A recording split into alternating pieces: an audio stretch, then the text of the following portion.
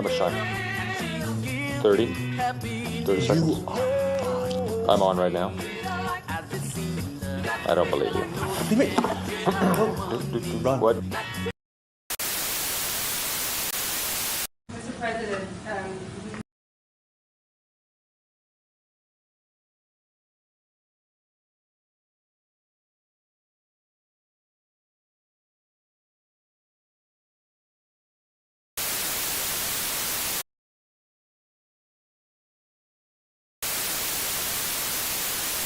Mr. President, are you going to take the heat off the Europeans to potentially help you? Mark Rutte called on the allies to also help you.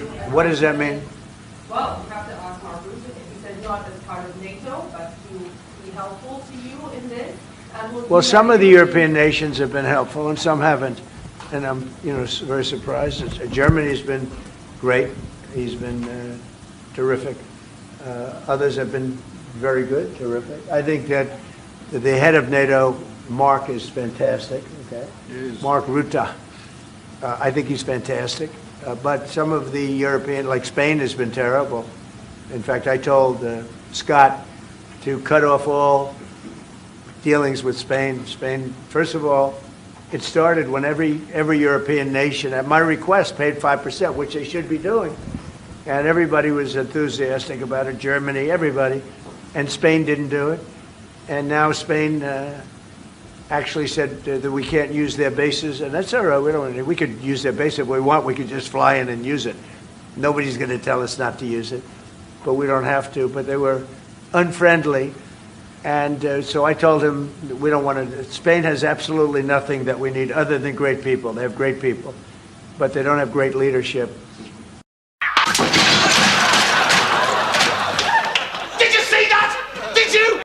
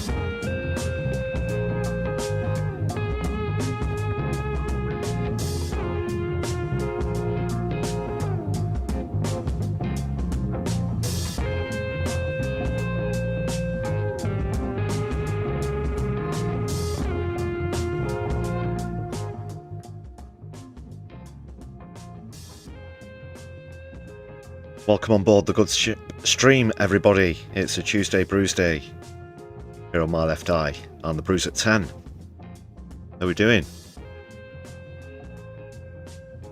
Do hit the good old thumbs up button as you join us on stream. I'm your humble host, Lefty. Let's brew this thing.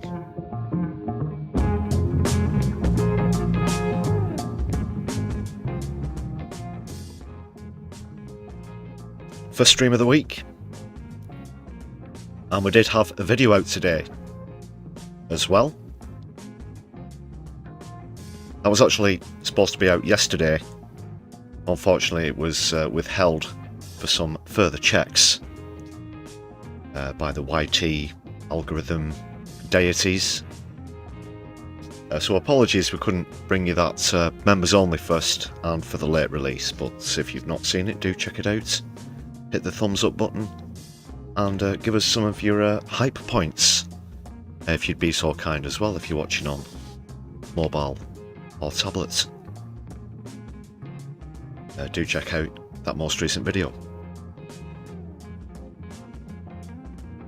We'll be going into the subject of it on stream as well.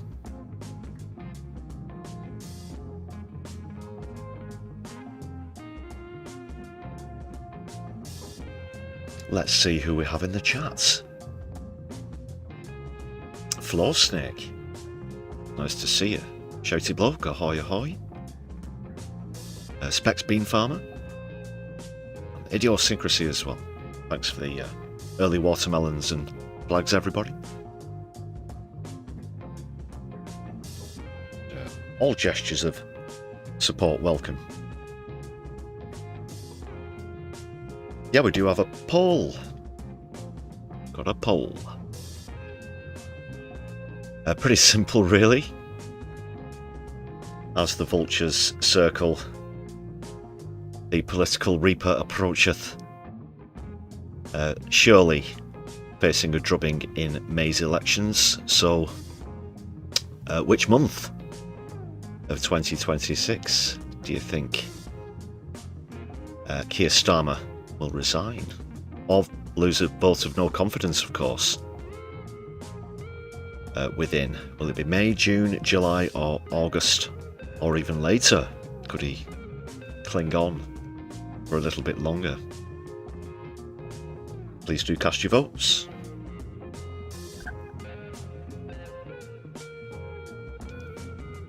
May has an early lead. That is the month, not the former Prime Minister. The country I love. So yeah, keep your votes coming in. Black Bart, nice to see you this eve. Solidari-Tea, thanks for joining us on the Brews at 10.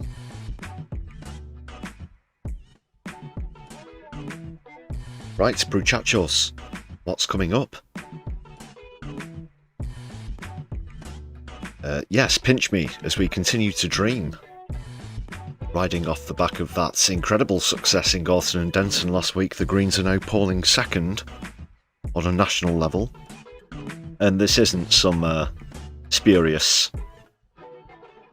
poll with a pool of 208 or something like that from a very left-leaning pollster. No, it's actually a YouGov poll.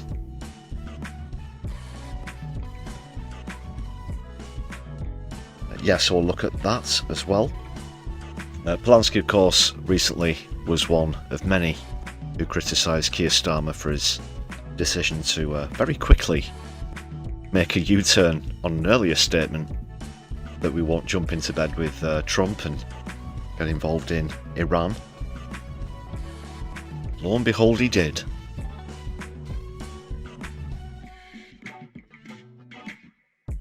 So, a lot of pushback, a lot of consequences. But we'll also take a look at the way the mainstream media have been handling the reporting on this matter, and one has to say, like with so many other topics that they report on, it is somewhat disappointingly poor.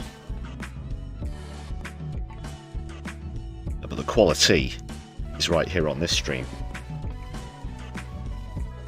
One thing that would be excellent would be have the right logos up. Phil, it's a Tuesday, there you go. Tuesday Brews Day. Apologies there.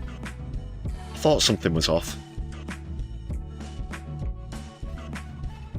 But actually, yes, apologies. Something else is off as well. The membership total is 154, not 155 as we come on stream. Unfortunately, somebody hasn't renewed since Sunday. but I'm sure they will. I'm sure that all current viewers watching will be as well. In fact, let's give a shout out to the entire Brew crew. 154 now. Unfortunately, on Sunday's live stream, the gifted memberships seem to kick back into action. Knock wood, that glitch seems to have rid itself. So after quite a slump, dropping from over 200 to the 120s, I believe, we are now recovering and sitting on 154. Other ways that you can help to support the channel and this stream are with super chats. That's if you're watching live. Super stickers are also available.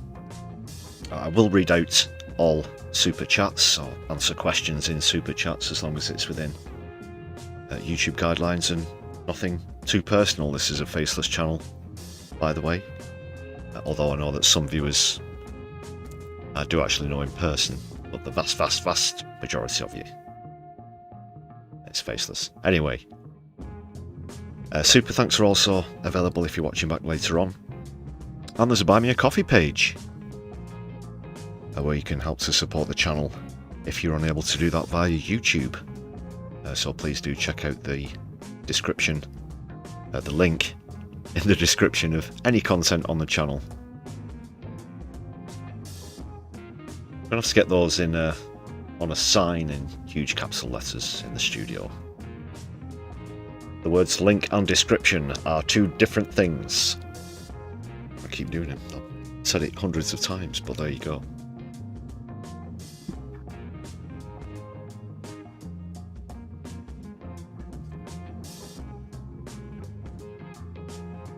I believe that's all of the self-promotion done. Yes, I've mentioned the hype button as well already. So I'll save reminders for as we go through the stream. Please do hit thumbs up though, people. I can see a few concurrent viewers still haven't heard. Hit the like button.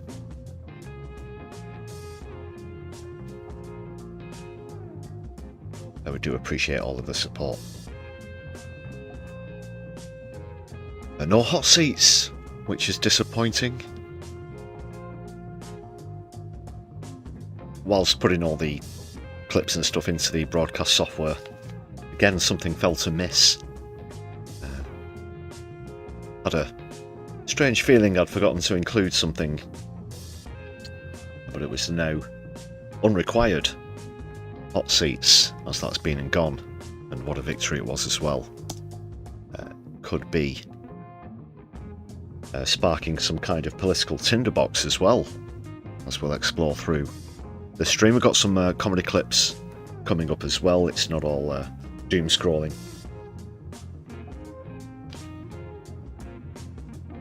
What else is coming up though? I will touch on what Trump's been saying in the last 24 hours. He's been rather unshockingly, as is his custom, having a bit of a dig at other world leaders, including this time Keir Starmer, because even though he's capitulated to allowing the US to use UK bases for their illegal attacks, Trump thinks that that's not cooperative enough. He wants more.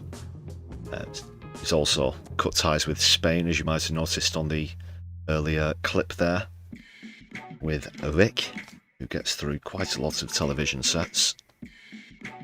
Cathode ray tube ones as well. He must go to all the vintage shops.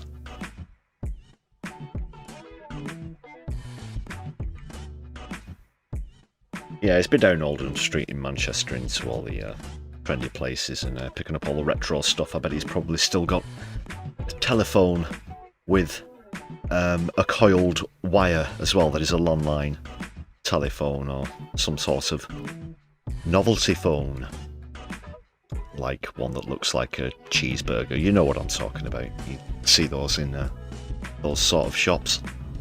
Next question though, what sort of tangent was that? Let's stay on point. Let's also welcome Doc Davies into the chat. Very good evening to you, Doc. Nice to see you. Solidarity. Keep those votes coming in the poll as well. We've got 2 quality comedy clips on tonight's stream also. One of them is a debutante. That's going to come later though. It'll be a familiar face first.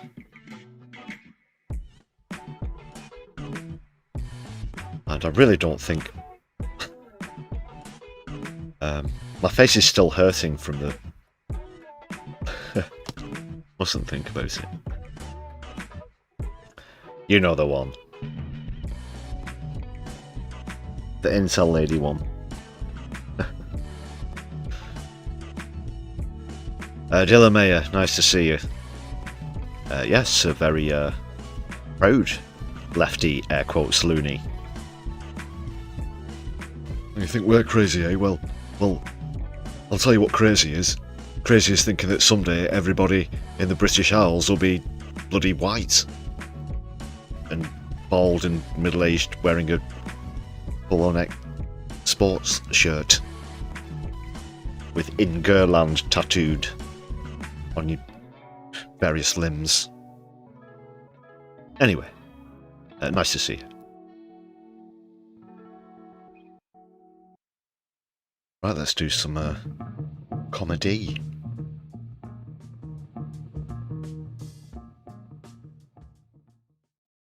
Noreen Skinner, as I said, is going to be a familiar face to a lot of you. There's a link in the description already for this video and the channel. Do highly recommend it. Great parodies, great impersonations. And this is one of my personal favourite parodies that she does of Chancellor of the Exchequer, Rachel Reeves. Take it away. Hello, it's me, Rachel Reeves, the Chancellor, I think. I'm here with a reaction video to my spring budget today. Hope you all enjoyed it. I've already put up a short on here reacting, but I thought I'd react to it more. It's quite something, I think you'd all agree. I want to get your opinions, my fans, on how you think I did. Fans. Obviously, I hope that you are aware that I do have a cold, and it was quite difficult for me to stand up there in front of everybody and to deliver that. But, you know, I think that we can all agree that the budget is very good and that things are forecast in a really good way, and I'm doing an excellent job for the economy, which is particularly stable at the moment. I didn't really want to bring a lot of light to the event just because I know that I didn't want people to see it and to egg my house anymore after last time. So I'm hoping that I can just lay low until the next. That was a joke, by the way. I didn't do that. Did something at another politician's house once. Nearly gave too much away then. But I've been tried for everything I've done, by the way. Got arrested. Fun. Proper budget in the autumn, which is not spring or summer or winter. It's the other season, the 5th one. So anybody have anything that they want to get me to help you with? Maybe it's a maths question, maybe it's an angle, an acute angle, or an isosceles, maybe some GCEs that people are struggling with when it comes. GCEs? What was it, the fucking, when were they around, the 1970s or something? To mathematics. I am like Carol Vorderman. So if anyone has any issues, I'm very glad to help you and make sure that we are all stable And even though things are projected to go quite bad first for quite a while, eventually it will get better, because life is a seesaw. And as Ronan Keating says, life is a roller coaster. You just got to ride it. So if anyone has any questions, wants me to answer them, life questions, maths questions. What's 2 + 2? How the fuck are you still the Chancellor? And just how much are you going to shaft us all in the spring budget that you're trying to sneak in under the radar? Those are some valid questions. I feel like it's so accurate, I feel like I'm asking the real Rachel Reeves here. I'd keep having to remind myself it's a parody. As long as it's not multiplication or division, or She's any very good other at division question related to maths, just let me know. Keir Starmer's very good at division, especially within the Labour Party. No. MIDI doctors. Is it MIDI doctors? It is MIDI doctors with 5 gifted memberships. Thank you very much. Much appreciated. Solidarity. Let's update the total. Whilst we just catch the rest of this clip, let's big up MIDI doctors in the chat, please, everyone. And or beauty tips, just let me know and I'll answer them on Rachel's fun YouTube. Sorry, the economy's a bit everything's a bit unstable, but it's fine. It'll all get back. Well, everything will be under control. Noreen Skinner. Do go and check out some of the other content. Frozen screen.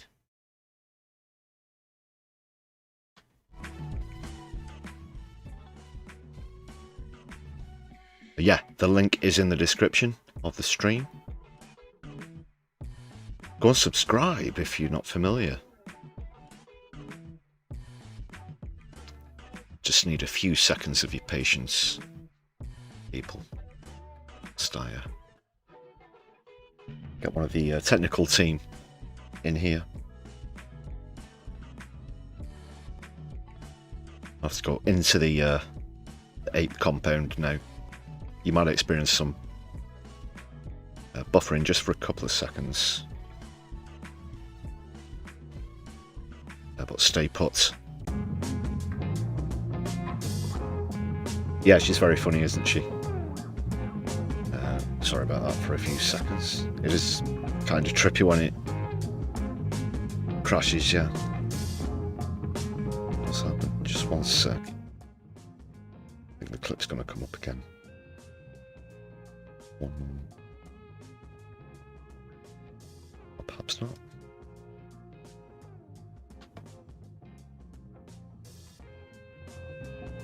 Okay, let's get into stories, clips, articles, and ting. I've not got a glass on the desk to ting. But what should we kick off with? I think we have a schedule. Why does it keep doing that? Apologies. Oh, yeah.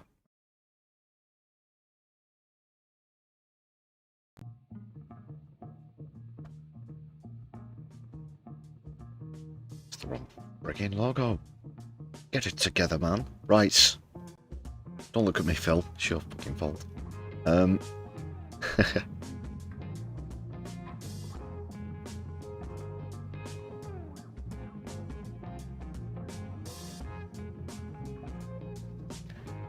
Okay. Well, 2 days and 2 statements. I digested the first one on Sunday's live stream. That's the one where he said that we weren't going to get involved and everything's all prim and proper, and then next thing he comes out with this. So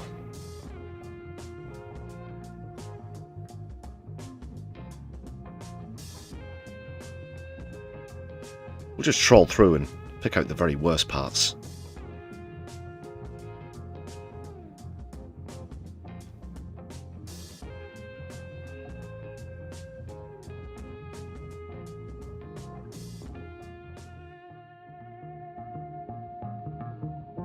Comrie, welcome to stream.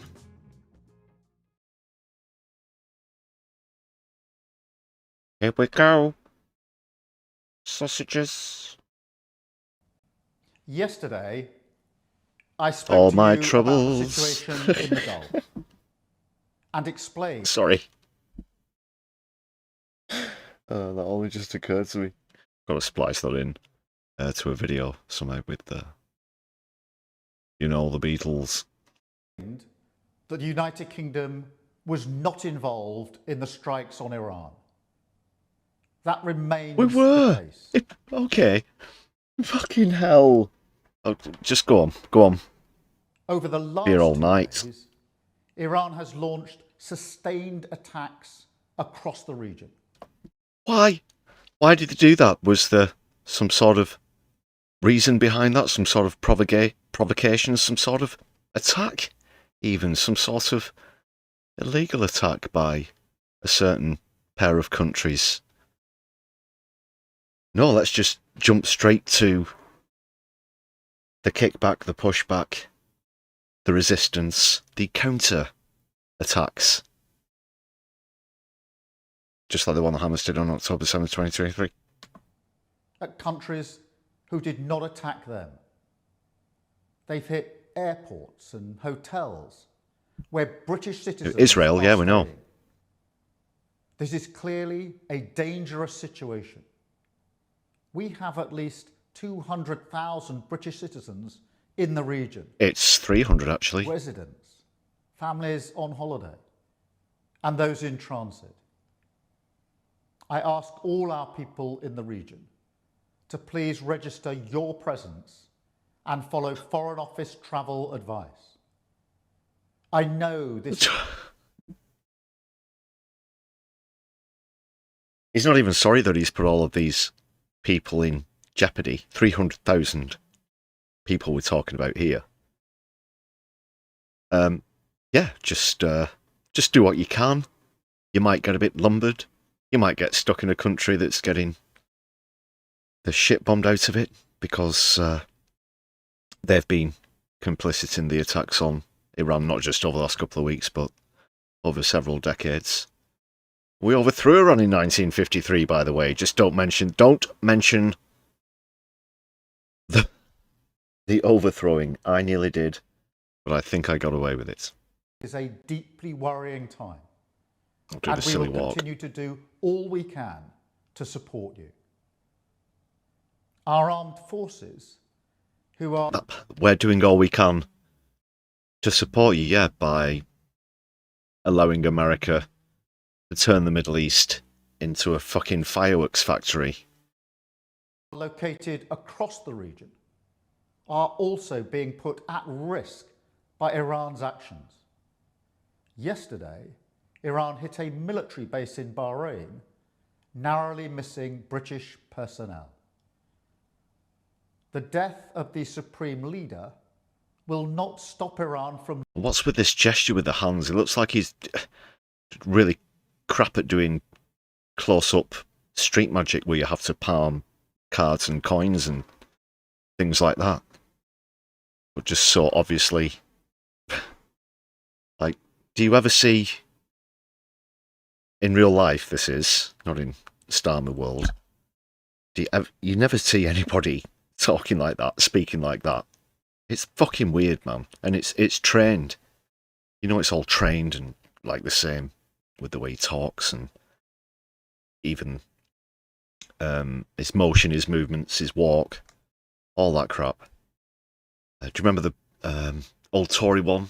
Was it at the conference? They're all stood up on stage with the legs really wide apart, like in an upside down Y shape, and the arms out, and it just looks ridiculous. And Tony Blair used to do it with George Bush, who I believe, air quotes, taught Tony the technique of walking with the tops of your hands facing forward, because it makes you look slightly bigger, gives you more presence, apparently. All this ridiculous crap. But yeah, with the sausage fingers mannerisms, yeah, Comrie. I can't stand it. These are things that my left eye always takes notice of, I have to say. And I just wish more of the broader public were aware of these telltale giveaway signs, like the invisible drumming with the hand. Crack on. There's a few minutes of this, so interrupt every time he's a twat. We'll be here till for weeks. Launching these strikes, their approach is becoming even more reckless and more dangerous to civilians. Our decision that the UK would not be involved with the strikes on Iran. And what's the nickname for this hand gesture? The three-way with the invisible men? Was deliberate, not least because we believe Oh. the best way forward for the region and for the world is a negotiated settlement, one in which Iran agrees to give up any aspirations to develop a nuclear weapon. But Iran is striking Britain. You know they don't have such aspirations. The whole excuse or reasoning that is put forward by countries with nukes for having them is that they act as a deterrent. Therefore, if they do have a nuclear weapon already, then that argument is void, because here you are apparently overthrowing or trying to overthrow a country despite the fact that they have nuclear weapons. But the accusation that they might be trying to develop them also falls to the wayside for two reasons. First of all, you've forgotten that Donald Trump already used up the excuse last time around of attacking Iran because he achieved the objective of setting Iran's nuclear program back by, quote, decades. Okay? That was last year. Not in the noughties, not in the 90s, not in the 1980s, not decades. In fact, months. So, that can't have been the case then, as it is the case now. And then, hopefully, if this simmers down, are they going to try and do that a third time? But just when's it going to end? Just how stupid do you really think we are, Keith? This isn't like Iraq. We've learned the lessons from last time. It's exactly the same. A Middle Eastern country that is standing in the way of America's, quote, interests. That's oil, by the way, as well as control of the Middle East, along with Israel. But also the accusation of attempts to acquire weapons of mass destruction or biological weapons. So it's pretty much exactly the same, but like I pointed out in the video that came out earlier as well, they've just skipped over the voting for it part, they've skipped over the false flag part. And if there's a line in the sand, it's starting to become apparent who stands where, with Spain ruling themselves out. I guess they don't want to suffer more terrorist attacks like they did in Madrid. And I'm not saying that in a threatening sense, I'm saying that as an almost sociological inevitability.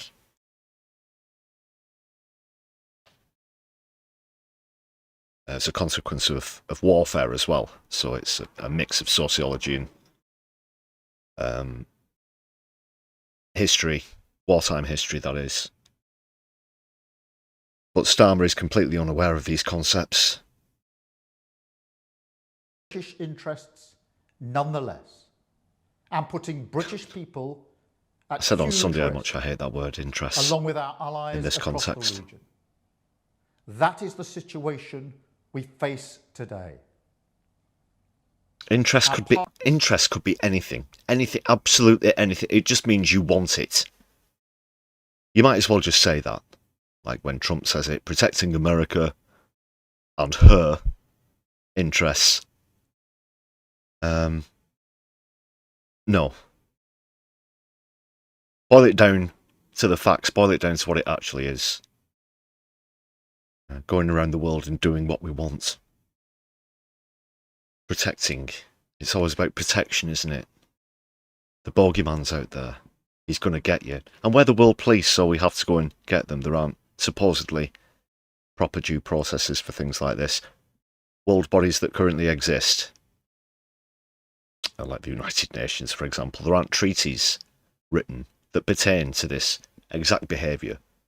And whatever you suspect may or may not be going on in Iran, it is not for you to say who does or doesn't lead the country, and it's certainly not for you to intervene on a military scale either.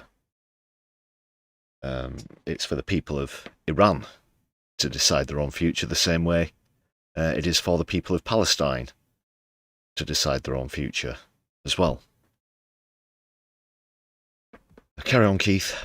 Partners in the Gulf have asked us to do more to defend them, and it is my duty to protect British lives.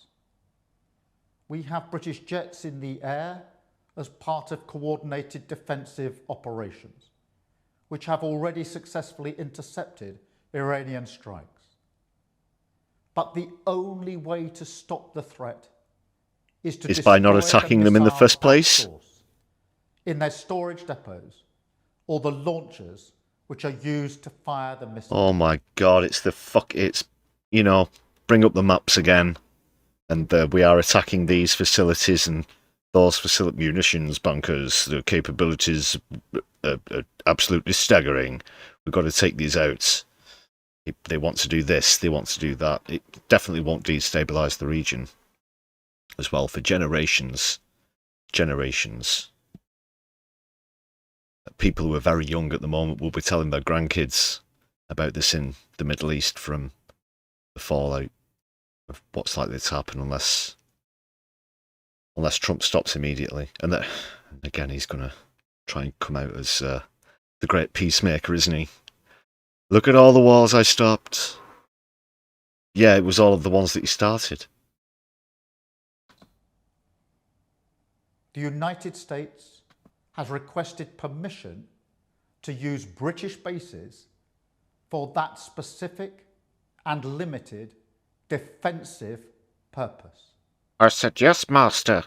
We have taken the decision to accept kiss his this arse. request. The convicted Iran firing missiles across rapist, the the region, fucking killing Epstein innocent files. civilians, putting British What the lives at fuck? risk, and hitting countries that have not been involved. No, they have. They have. Look at all of the airbase. Like, Iran is surrounded by US Air Force bases in all of the countries around it, and even across the wider Middle East as well. There's obviously a huge presence in Saudi Arabia as well. Why the fuck do you think that the only people who were allowed to fly out of America on September 11th were all fucking Saudis, Keith? You know, do you not know what's going on, or do you just expect us not to know? Dickhead. The basis of our decision is the collective self-defence of long-standing friends and allies and protecting British lives. That is in accordance with international law, and we are publishing a summary of our legal advice. You need that, yeah, because you don't know a lick about the law. Not a jot, not a bit. Zero. Niente. Bupkis. Fuck all squared. I mean, Mr. Former Director of Public Prosecution, and we will... Oh, it's legal. It doesn't look fucking legal to me. It does not look legal to me. Remember, the head of state, who for 47 years was the Ayatollah of Iran, because in Iran it's lifetime position. Kind of similar to, oh God, it'd be so far-fetched to make such comparisons, like, you know, on a religious basis as well, to say some sort of the equivalent of a monarch, only as a representative of Islam as opposed to Christianity, if you will, to be so far-fetched. So in that sense, are we, the United Kingdom of Great Britain and Northern Ireland, Christian regime?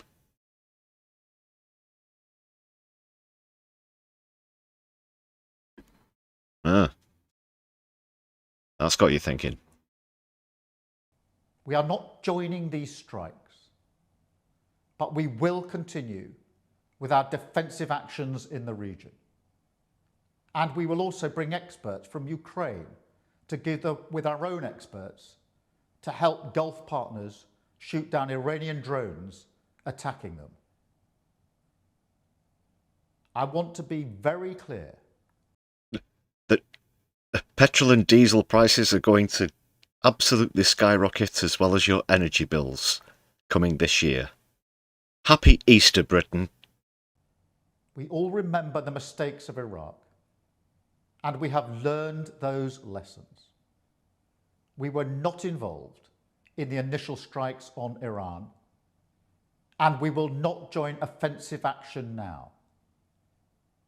But Iran is pursuing a scorched earth strategy, so we are supporting the collective self-defense of our allies and our people. Self-defense? Oh, fucking give it a rest. Self-defense. I'll tell you what self-defense is. It's staying within your own shores, within your own agreed territorial boundaries, and keeping out perceived enemies. That is what defence is. That is what is supposedly one of the greatest moments of this nation, when we stood alone against the evil fascist Nazi forces of Europe. Because we were one of the only ones who hadn't already been over, and we did that.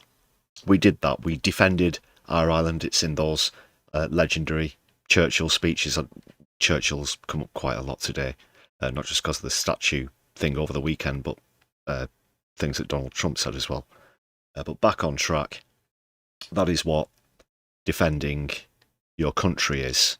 And if there is a perceived threat to your country, we've got a little thing called the United Nations, and these people who we supposedly pay a lot of money to represent us at the United Nations, there are laws, international laws in place for if you are attacked, with the lengths which you're allowed to go to retaliate, for example.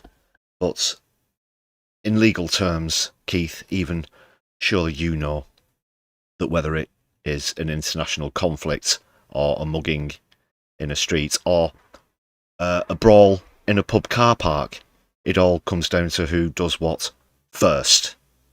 In this sense, it's who fired first, and that's always America. In the region, because that is our duty to the British people. It is the best way to eliminate the urgent threat. You have, okay, if we are protected, then why are we now looking at the terror threat? What it normally rests at substantial anyway, just because of who we fucking are and what we're doing in the world, let's be honest. So now that's good. What's the next one up from that? I believe it's severe on that one, and then there's imminent or something like that above that. I've not seen the full chart for a while. You have to excuse my sketchy memory on that specific detail, but that wouldn't be happening whichever rung we're going up to. If we were protected, we'd be safer and the threat level would go down, it wouldn't go up. That's the opposite. And I think I've just in a roundabout way described gaslighting. And prevent the situation spiralling further. This is the British government protecting British interests with British and flags. British lives. Fuck off. Go fuck yourself, and when you get there, fuck off some more. That was pathetic. That was even worse than the one the other night.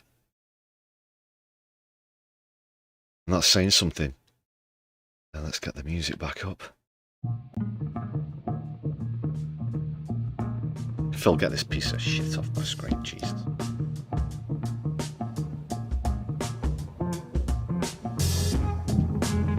Weak, very weak, piss weak from Keir Starmer.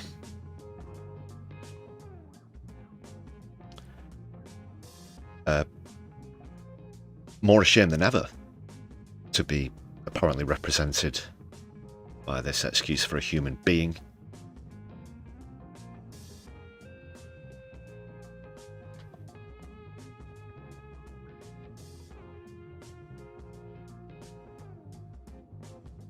I was just checking out the chat. Moishi, great to see you. Moishi on toast. Ian McKenna's with us also. Solidari-Tea. Apologies if I've missed out anyone who's joined recently. Let's quickly update the latest with the poll. During which month of this year will Keir Starmer resign or lose a vote of no confidence? Will it be May, immediately after the local elections, of course, June, July, or August, or later? May still in the lead with 52%.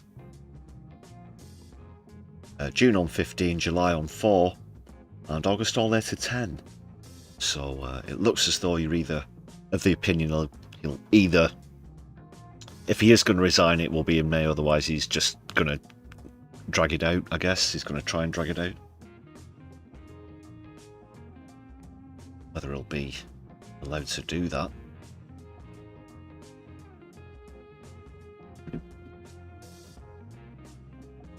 Depends. He won't have any say over a vote of no confidence, but keep the votes coming in. And thanks to Specs Bean Farmer for a gifted membership as well. Takes us up to 160. A big up in the chat, please. 160.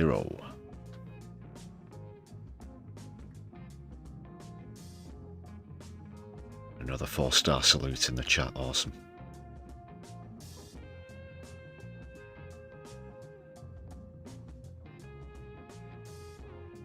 And I still can't believe that whilst he's desperate to bounce back, because as we're going to go on to see, lingering further behind in the polls, and the Greens are in second. The Greens are in second in the polls.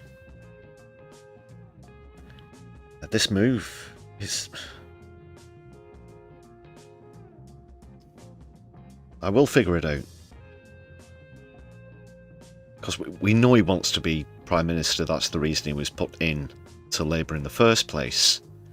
There was then a 5-year tumultuous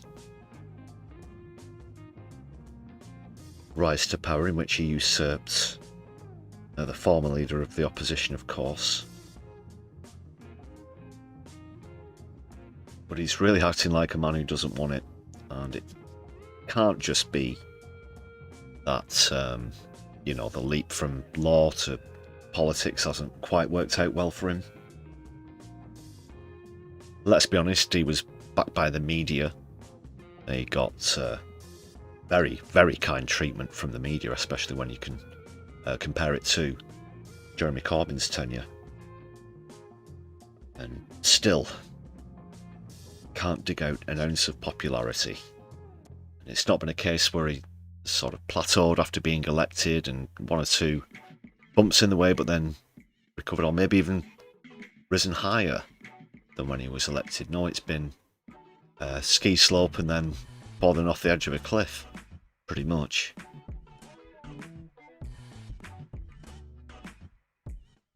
But why?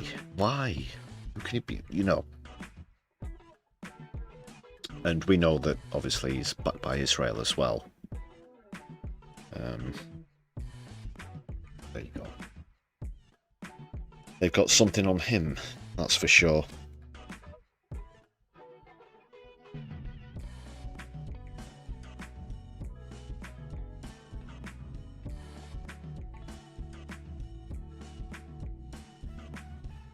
Graham, Scott Ritter. Yeah, I heard this about Scott Ritter, former weapons of mass destruction inspector. Yeah, says that they've lost this after the not weapons of war. Wait. It says that they've lost this after the first 6 strikes.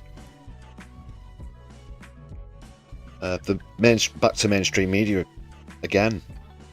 They're not going to tell you just how much of a twatting Tel Aviv has taken today. They're not going to tell you that defence missiles are depleting.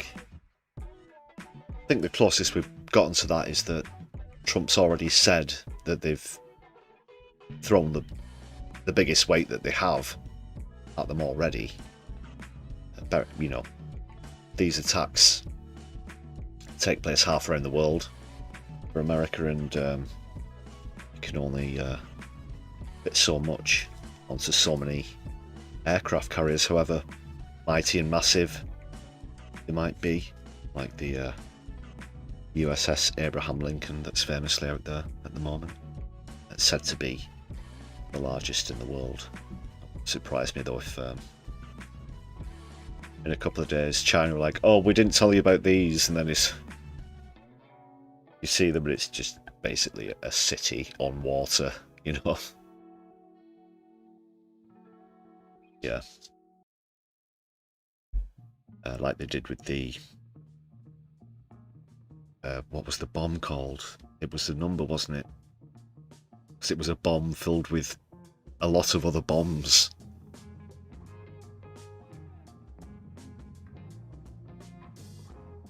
Slightly distracted there.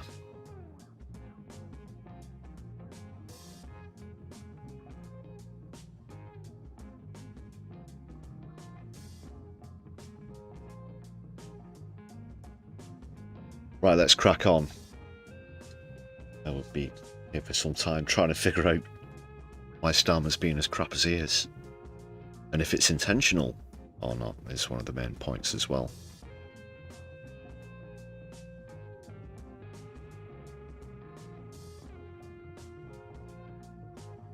Let's have a look at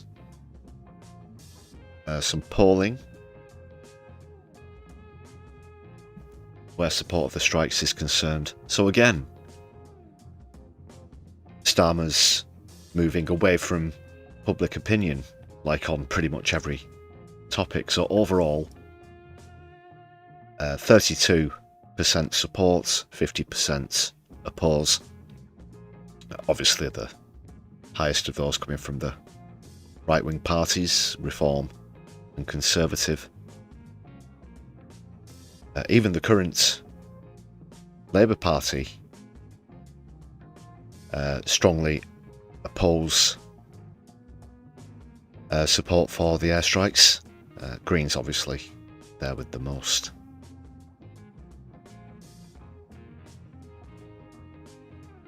His latest attempt to win the Reform vote that will surely fail. Perhaps.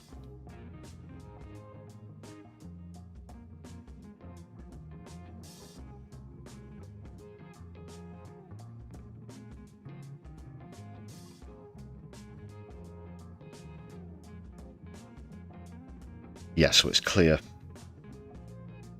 what the public view is.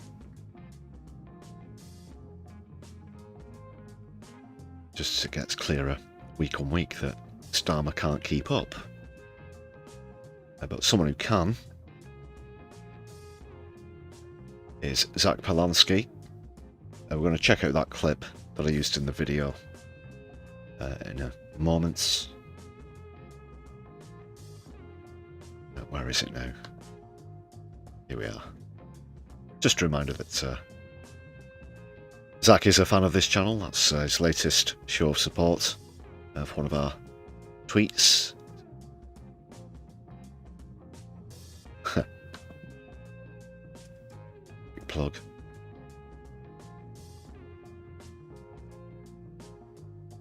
So let's hear what Zack thinks about Starmer's position.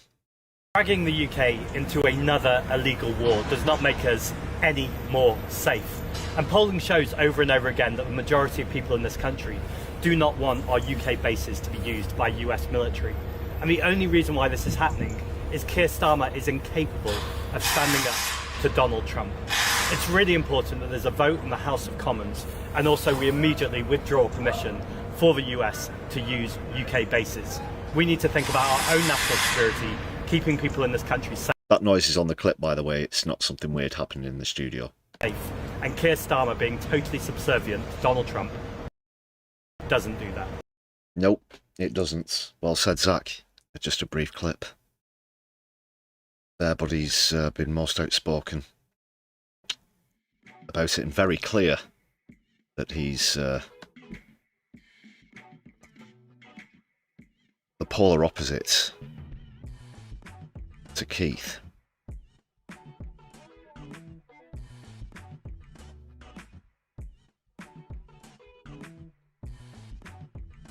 And he does look set not just to surpass Labour with members, as we mentioned on Sunday's stream, but also in the polls as well. Oh, God!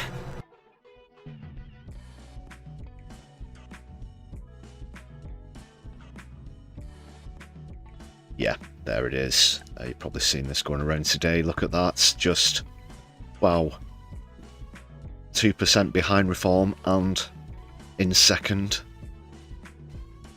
Legacy parties condemned to 16%, 14%. Incredible, incredible. But once again, this is what Manchester has done, what Gorton and Denton has done. You are welcome, UK, you are welcome. World, once again, Manchester. Starting the revolution, be it industrial, musical, or technological. We invented the first device that had a memory, a computer, a piece of automatic apparatus which is capable of making either logical or numerical calculations. That's what I'm talking about, people. That's quite beautiful. I might, yeah. I'm going to frame the Gorton and Denton result and hang it somewhere very prominent, I think.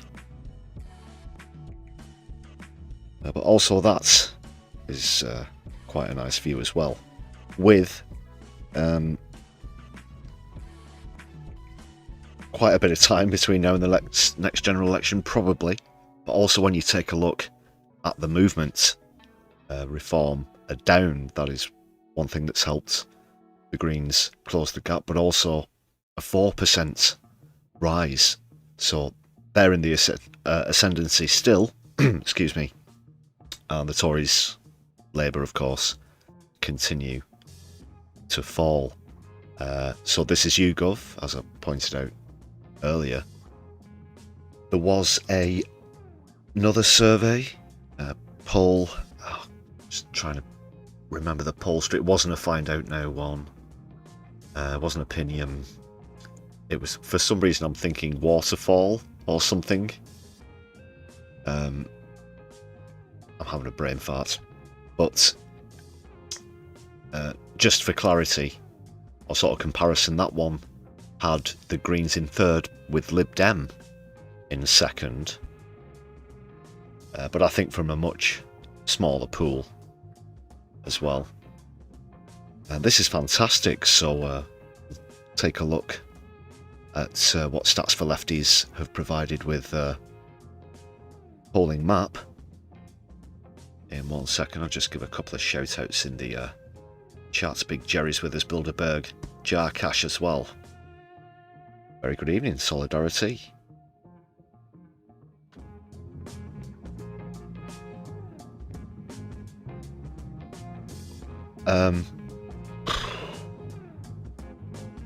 I'm stunned. I'm still reeling and buzzing from Friday's results, and now this is incredible. What can you say people. Even back when we were reporting on Zack Polanski winning the Green leadership, I knew that there was going to be something positive to come from it. Back then I kind of perhaps foresaw your party and the Greens rising perhaps in at equal rates. I should say, unfortunately, that's not come to pass for your party, that is. But beyond any shadow of a doubt, Zack Polanski has exceeded even my wildest expectations, even just from an observatory viewpoint as a sociologist. As this is very unprecedented. Whilst we knew that change was coming, whilst we knew that people were growing tired of the legacy parties, I didn't think it would have this much of an impact. Over 200,000 members since he announced his candidacy. An increase of 223%. Within weeks, they're going to be the biggest party by membership in the UK. Who would have thought? I'll hold my hands up, honestly. Well, it's in the annals of history in previous content on the channel. It's gone way beyond that. So I'm stunned in the very best of senses, in a very positive sense. Well done, you have to say. And whatever happens from here on out, these weeks at the moment will go down in the annals of British political history, as will the name Hannah Spencer.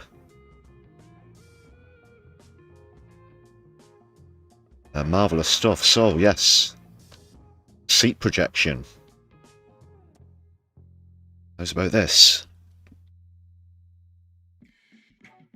So not only are the Greens in second there, a lot of the other polls have been showing Reform with over 300 seats, some with even more than 400 seats. I think the highest that I saw was perhaps 420 or in the 410s or something like that. More than Labour have at the moment, is my point, but this one a bit more pragmatic perhaps. And look, again, 121. That's actually 120, isn't it? With Hannah Spencer being the fifth MP. Only just noticed that. So yeah, 125 seats for the Green, or 126, depending on where this error may or may not be. Not counting Hannah Spencer. Yeah, Lib Dem in third with 89. Look at Labour. Wow. 389 seats down, left with just 22. They'd be half as big as the SNP. Oh, fucking hell. Can you imagine? And this is actually... It might look quite a chasm between Reform and the Greens there. But when you consider the YouGov polling in Gorton and Denton, for example, and other mainstream polls, that the margin of Green victory was somewhat underestimated, understated. Let's hope it is again in this case. Could a hung parliament between Reform and the Greens?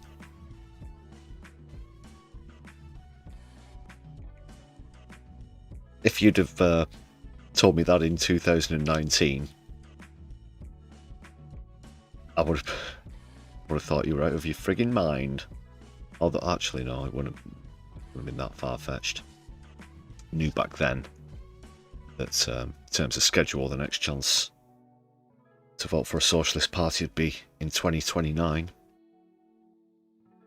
And lo and behold, you heard it here. Well, you didn't hear it here because that was before we had a channel. What else? to take from this. Some considerable gains as well, of course, for independents and the Workers' Party of Britain, with 22 seats between them. It's an increase of 17, so most of the independents, of course, would be socialist as well. That's another positive. Plaid Cymru also getting an increase of 3.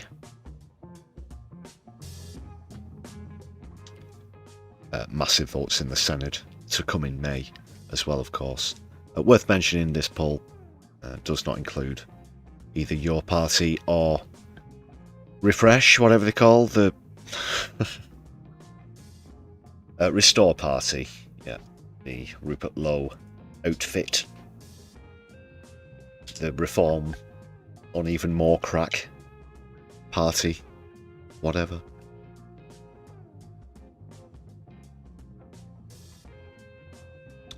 That's certainly a change, isn't it? Certainly a change. One final point. It is incredibly likely that we'd have a different Labour leader before the next general election. Whether that will tempt people back over to Labour or not remains to be seen. If it's just a different face with the same old crap, as I suspect it might be, then it might not be as effective as they'd hope. Quite incredible. It's quite incredible.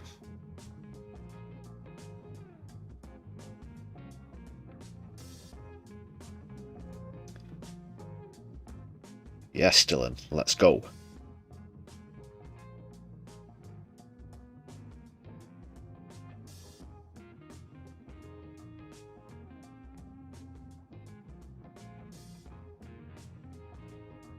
Potential dilemma for Plaid Cymru and SNP.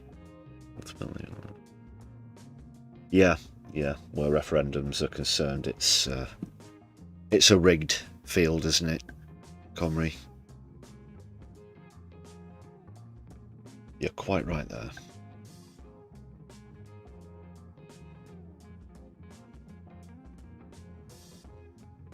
Yeah, sorry about spilling my words there.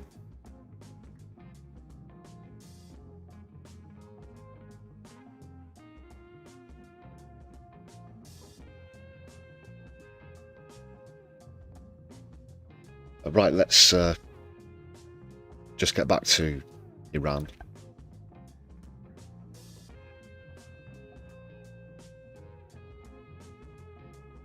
And then some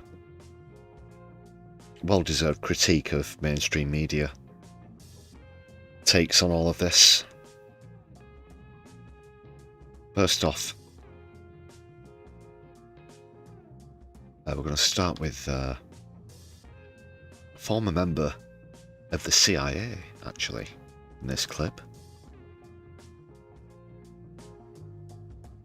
Just spelling out how the mainstream media are actually falling for a lot of this staged and phony stuff. I don't have it on the stream this evening, but did you see the Jeremy Vine one?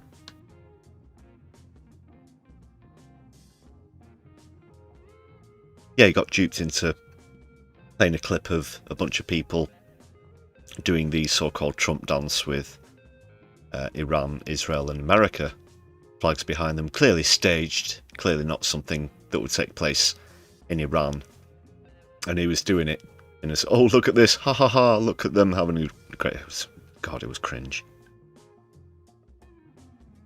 Examples like that. And then apparently at the end of the clip he was told that it wasn't.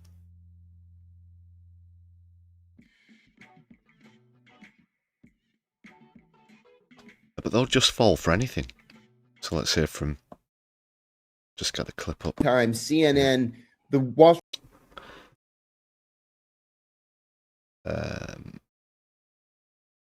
Yeah, this is Deprogram. And that's the former member of the CIA on the right there. John Kiriakou. I think I'm pronouncing that correctly. Apologies if I'm not. This is definitely worth a listen. Street Journal, I looked at them all last night, and they're all saying, oh my God, it's murder in the streets in Iran. Oh my God, this human rights organization is saying, 172 dead. Okay, that human rights organization is based in London, and it's funded by the Israelis and Iranians in exile. And then, oh my God, there's this other human rights organization that's saying 500 dead. Yeah, that one's in Washington, and they take money from the CIA. So you can't. So there's no reliable information. There's no reliable information. Now, are people being killed in Iran? Absolutely, yes. But think of this too. Do we know that these people aren't being killed by Israeli-backed protesters? Because the Israelis have been bragging over the weekend that they're the ones backing the protesters. And I'll add another thing that literally no one is reporting. Protesters set on fire 48 fire engines in Tehran. Oh, you didn't hear about that one, did you? Was Laura Kussenberg on that one? Are we going to get a Ross Atkins special on BBC Verify about that sort of thing? 48 fire engines so that they cannot respond to fires. Why? Because it's the Israeli-backed protesters setting shit on fire. And this is just to make it worse. Now, the thing is, okay, so for people who are listening and are thinking, okay, John's being conspiratorial and blah, blah, blah, let's not forget that we know that Iran is riddled with people on the Mossad payroll because of the fact that, like, they provided the targeting information for the Israeli-U.S. military attacks against atomic scientists and military sites in Iran recently. Right, we know that. We talked about here on the show before any of these protests started about how Iran has a serious Israel problem in terms of infiltration.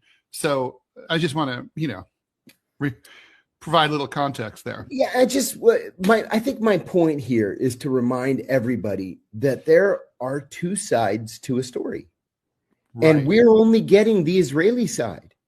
Right. The Israelis are backing Reza Pahlavi. The Israelis are backing these so-called human rights organizations. The Israelis are the ones demanding that U.S. policy be that Iran doesn't have any missiles. So we just have to be very careful. We do. We certainly do. So check out on Twitter, partisan_12, if you want to check out more. And that's a deep program. Vid, worth checking out, some interesting points there. Of course, it's clear as day to a well-educated audience like yourself. But you won't see this, the likes of Sophie Ridge, Trevor Phillips, Chris Mason, Lise, where the fuck is that accent from, Doucette? Nope. Not a word. Not a word.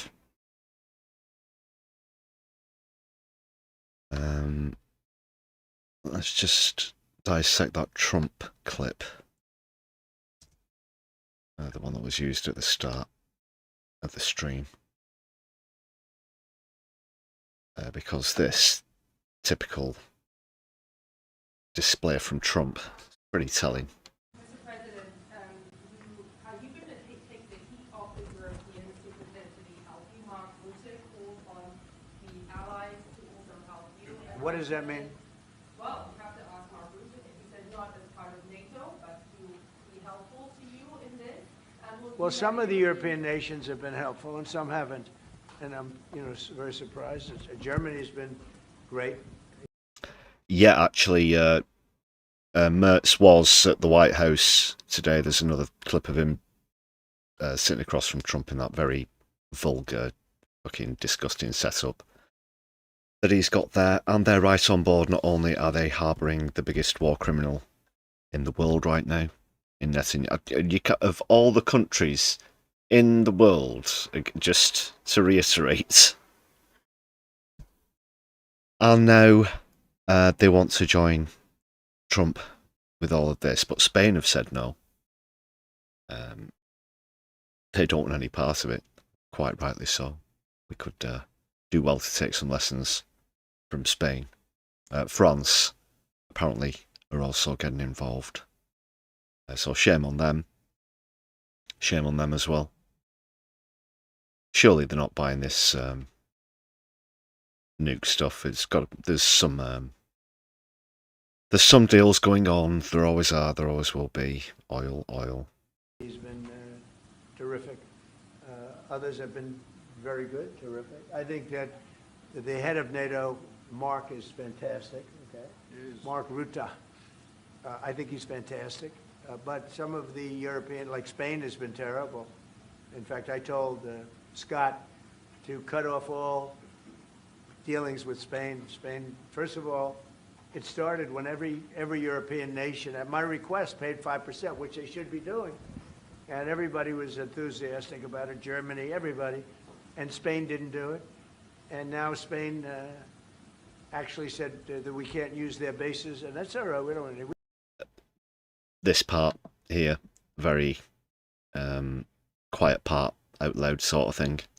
Actually said that we can't use their bases, and that's all right, we don't need. We could use their base if we want, we could just fly in and use it. We don't need your permission. You know, Venezuela, wherever it is, Iran, we'll just go in there. We'll just go in there and take it, and what are you going to do? It's the law of the jungle, isn't it? Back to that. Just unbelievable that he would so openly state how wantonly he's willing to break international law. Just the whole what are you going to do about it thing, and then, well, we know how this ends eventually. Not just someone, but the world turns around and does something about it. Just unbelievable. Yeah. Very telling from a convicted rapist as well. What a piece of shit. Nobody's going to tell us not to use it, but we don't have to. But they were unfriendly, and so I told him we don't want to. Spain has absolutely nothing that we need other than great people. They have great people, but they don't have great leadership. Sure, the people don't like you either, I'm certain. So, when shit goes down, I guess we're moving to Spain.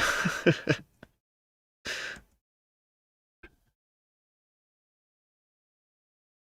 bring some background music back up.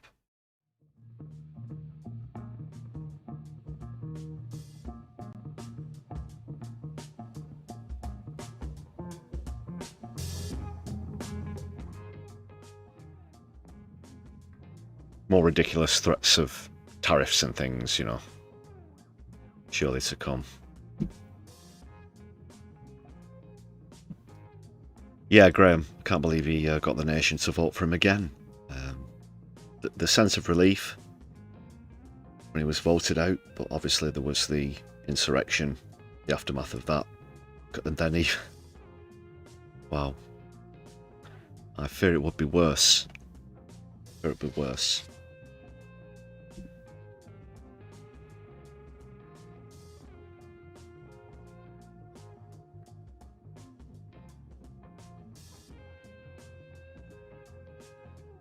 Yeah, Flowsnake, Trump seems to think that NATO's a country.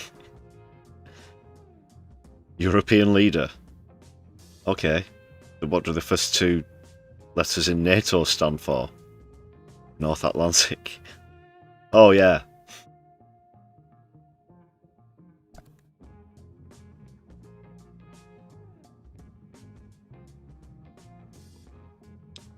But that is his job. Of course, to be in control.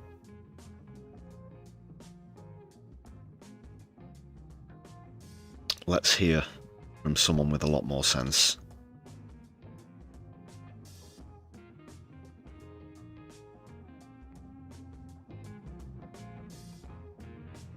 Still digesting that. Oh, of course. Just before I play this clip, he was critical of Keir Starmer as well. I guess that means Starmer might have to double down on sucking up. And it's incredible, you know, we've already assisted them in these criminal acts. And he says it's not good enough. He probably did want us to have troops on the ground or something like that. We don't know. He's probably going to maybe even try some other pressure moves.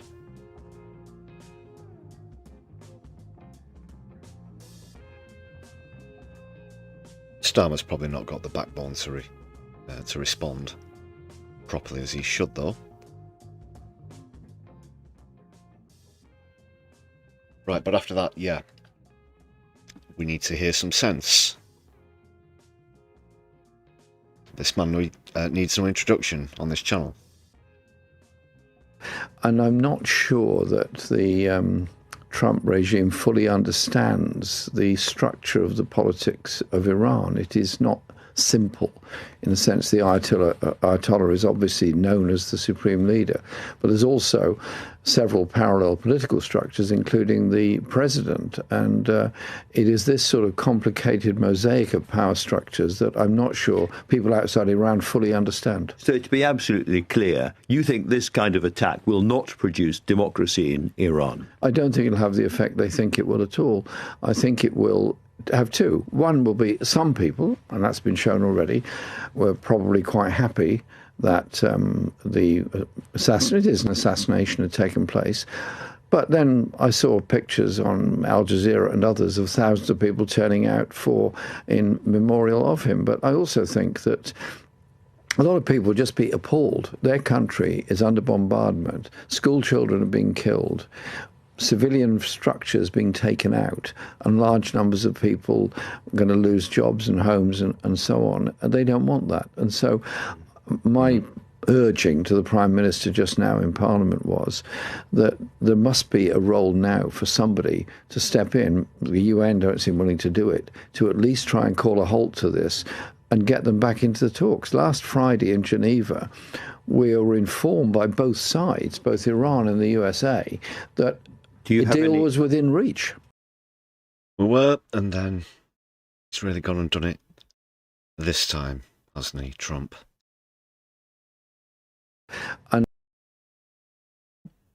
And throughout his political career, Corbyn tends to be right about these sort of things. Where international warfare and other conflicts and genocides are concerned, of course, he's always been bang on the money about the genocide in Palestine. He was right about the illegal invasion of Iraq. He's been in Parliament even long enough to have been right about the Falklands, as well as other more recent, I don't want to say conflicts, but military interventions and whatnot, including Syria, Afghanistan, ad nauseum. Unfortunately, us being that sort of country, there's barely anywhere across the entire globe that we haven't touched militarily. So, if you want some decent foresight on matters like this, then go to Corbyn, not Keith. That's for sure.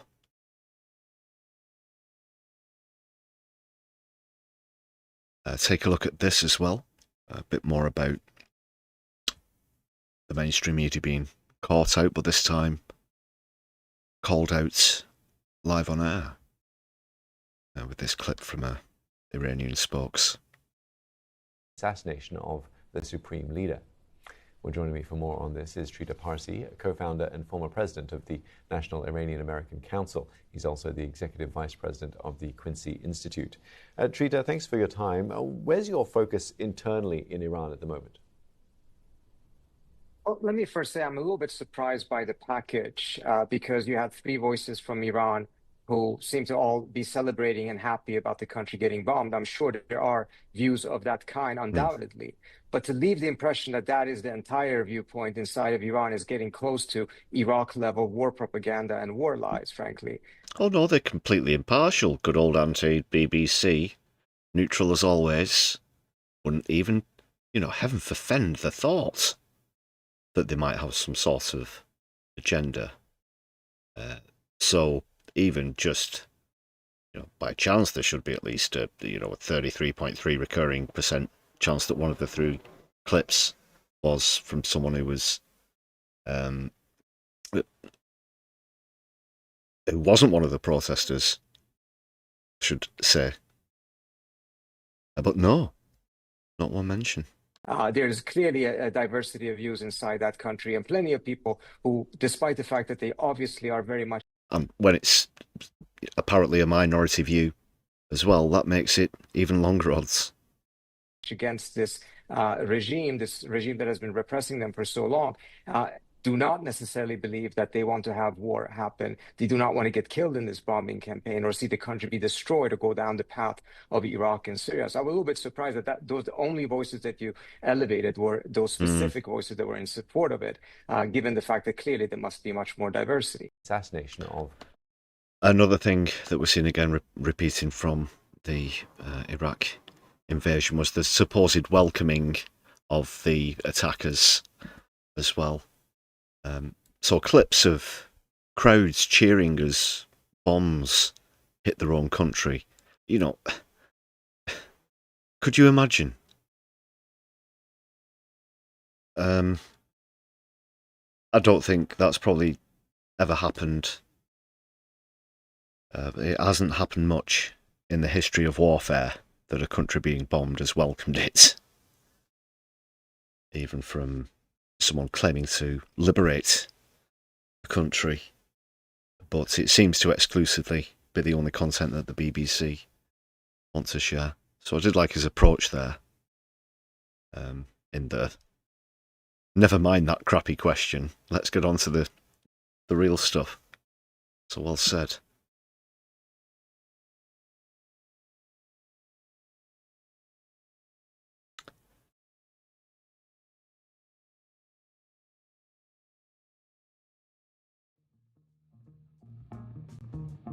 Just need to take a quick moment, people, to remind you to vote in the poll that we've got in the chat if you're watching live.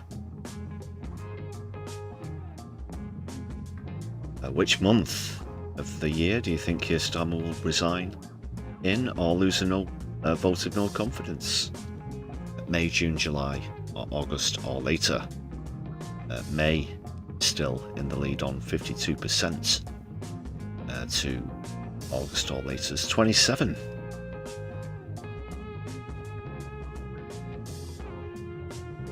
Oh, sorry for struggling to get my words out so much. It's been a long day.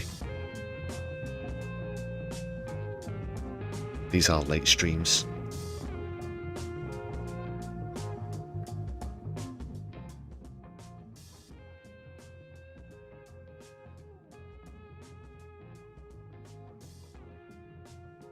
Let's see another one. This is Nick Ferrari, the Gammon himself, being called out by his guest, actually a senior military figure within the UK. And at one point, he directly questions just how ridiculous, he points out, I should say, just how ridiculous Nick Ferrari's line of questioning is, and Nick Ferrari's absolutely furious. His head almost explodes because probably quite highly strung. Thinks quite a lot of his own questioning.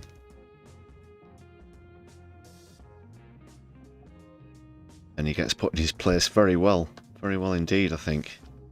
This is somewhat satisfying. I hope you'll agree.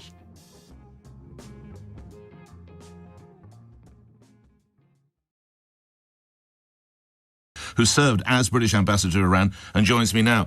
The continuing, and I have to say, widespread criticism of Sir Keir Starmer in many of the newspapers' editorials this morning. Sir Richard, how fair is that criticism in your view? Good morning. It's unfair. There was a viable negotiation which the Israelis and the United States aborted. Secondly, we've caught the Americans on the raw at a time when they're having great difficulty domestically with justifying this war. There is no majority in the United States for this war. There was clear indications from leaders of Congress after the briefing a few days. Sir Richard Dalton, he's called. Apologies, I forgot his name when I was introducing the clip.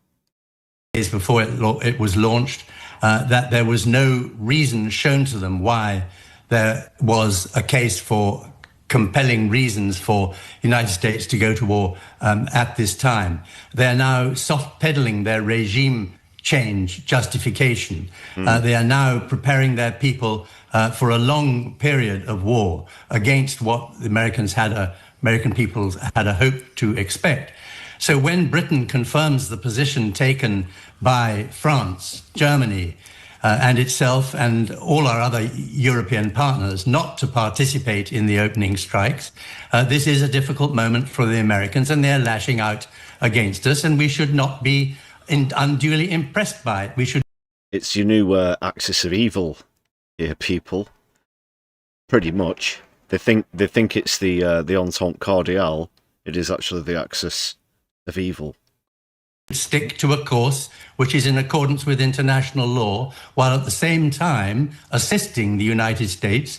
That is, in brief, what Prime Minister Starmer is doing. So, when it comes to defending UK citizens in the region, we don't even do it ourselves? We are doing it. We're not, we Sir are Richard. Assisting. We're allowing US aircraft to do it. We're actively assisting the United States in trying to destroy the Iranian missiles, which are raining. They wouldn't have been able to do the things that they have done without us. That is being directly involved, as far as anyone should be concerned, especially someone, a long-serving, high-ranking member of the military, as the now retired, of course, Sir Richard Dalton is. So he knows what goes on with these kind of things. And let's not forget, the same Air Force base that was attacked by Iran in Cyprus is the same one that the UK was doing spy runs on behalf of Israel for. It doesn't take a genius to work out, the connection there. It's an obvious hotbed of underhanded, illegal military operation. Down on but we didn't even defend our own base in Cyprus, Sir Richard. We left that to the Americans as well. I mean, how impotent should the United Kingdom look in your view? We're not looking impotent in the slightest. That was one small drone which we didn't defend. Launched by Hezbollah, and active steps were taken subsequently against the two drones that were directed at Akrotiri, which were successful. So we also have British planes in the skies assisting our partners in the Gulf to defend themselves against Iranian missiles. So the imputation that the UK is being weak is wrong. When it comes to the Ayatollah and the now dead Ayatollah, what is it that gives you confidence that negotiations? I don't know where Ferrari pulled that one out from. Like, we do say that Starmer's weak, but only in the sense of how he is incapable of standing up to Trump, as Zara Sultana put it the other day very well in Parliament, that he's Trump's poodle. That is where he's labelled as weak, but not in the sense of, we've not gone far enough on Iran, that is. So a completely fantastical assumption there. That's a, straw man argument, if ever there was one, from Gammon Chops here. Negotiations could have proceeded and come to fruition. The clear statements by the Omani foreign minister who was mediating, and my own knowledge of the points which the Iranians were prepared to concede. These negotiations take time. Before they were aborted by Israel and the United States, many people pleaded for the United States to treat them seriously, but plainly they did not. But what is it you admire most about the former Ayatollah's regime then? And that's the point. He thinks it's the gotcha. So to criticise this illegal attack, essentially, and it's going back to the do you condemn Hamas kind of tactics, but trying to boil it down to a binary argument. You either agree with these illegal attacks, or you must be a massive supporter of the Ayatollah and the Iranian regime, which has lasted for 47 years. It keeps coming up again, people. But during the Iraq conflict, there was a very famous quote from George Bush, wasn't there? The reason I'm laughing there was the context of it. As he turns to the camera and declares that people are either with him or they're with the terrorists, and then invites them to watch him drive a golf ball, or attempt to drive a golf ball down the fairway. Yeah, the watch this drive moment. And Ferrari's doing the very same thing here. Quite pathetic. It's a ridiculous question, I think Sir Richard puts it, or a ludicrous question. What a daft question. Daft. Why is that daft? Daft. Of course, daft. You daft, man. What the bloody hell is wrong with you? You're on crack, man. Most about the former Ayatollah's regime, then? What a daft question. Why is that a daft question? I haven't indicated any admiration for the Ayatollah's regime. My understanding, and you'll be closer to it than I. Why would you, my as a understanding senior is, and you'll be... I think that'd make a good little snippet, that actually. Are you daft, man? That one, yeah. You heard it here first, people. Sorry to interrupt. Just go back a couple of seconds. I haven't indicated any admiration for the Ayatollah's regime. My understanding, and you'll be closer to it than I. Why would you, my as a senior understanding is, and you'll be closer to ISA, Richard, there were people being killed. Would you suggest that that's what? Because if you let me answer, my understanding, and you're closer to it than I, is this is a regime that was killing certainly possibly 5,000, possibly 30,000. It doesn't mean that he supports it or that these actions are the only solution, as he's also pointed out as well. There were diplomatic efforts underway at the time of Trump's initial attack, which you've also chosen to conveniently forget with your gammony selective memory. 5,000 of his own people, and imprisoning thousands more. It was a regime that I would have thought needed to go. So I'm asking, what possibly... It has to go. It has to go. What? What's that even supposed to mean? There's riding roughshod over internet. They've got to go. And that is one phrase close to others, like get rid of, that I really despise. And you always hear it from these, stuck-up right-wingers or gammons. What do you mean by had to go? Go where? And get rid of, in what sense? You can't just vanish people or whatever off of the face of the planet in a puff of smoke. But Trump has proved that you can do that violently with air raids. But what are these words supposed to mean? And furthermore, again, why is it up to countries like the UK and America to decide who is or isn't in charge of all the other countries in the world? Just, we don't like it, so we want to get rid of it, and we can just brush it all under the carpet, and shush. It has to happen. This guy takes himself seriously as a journalist, a broadcaster as well, or even a historian to a certain extent. But just look at the fucking state of it. Could it be that you admired in that regime? There are a great many regimes around the world which need to go. But the important issue for Britain's national security is the framework set out after the end of the First World War to minimize the chances of the law of the jungle taking over from international law should be preserved. I'm afraid that our right-wingers, including Jeremy Hunt, are forgetting... You pronounced that incorrectly there, Sir Richard. Just wanted to I saw a couple of other vids going around, it's a minor point, where they misspelled the banner at the bottom, saying that he stood by the decision to snub strikes. But having stumbled over my words so much this evening, it'd be quite hypocritical of me to point that out, I do admit. The lessons of the sacrifices of 20th century generations to try and prevent the law of strong powers overwhelming the rights of nations.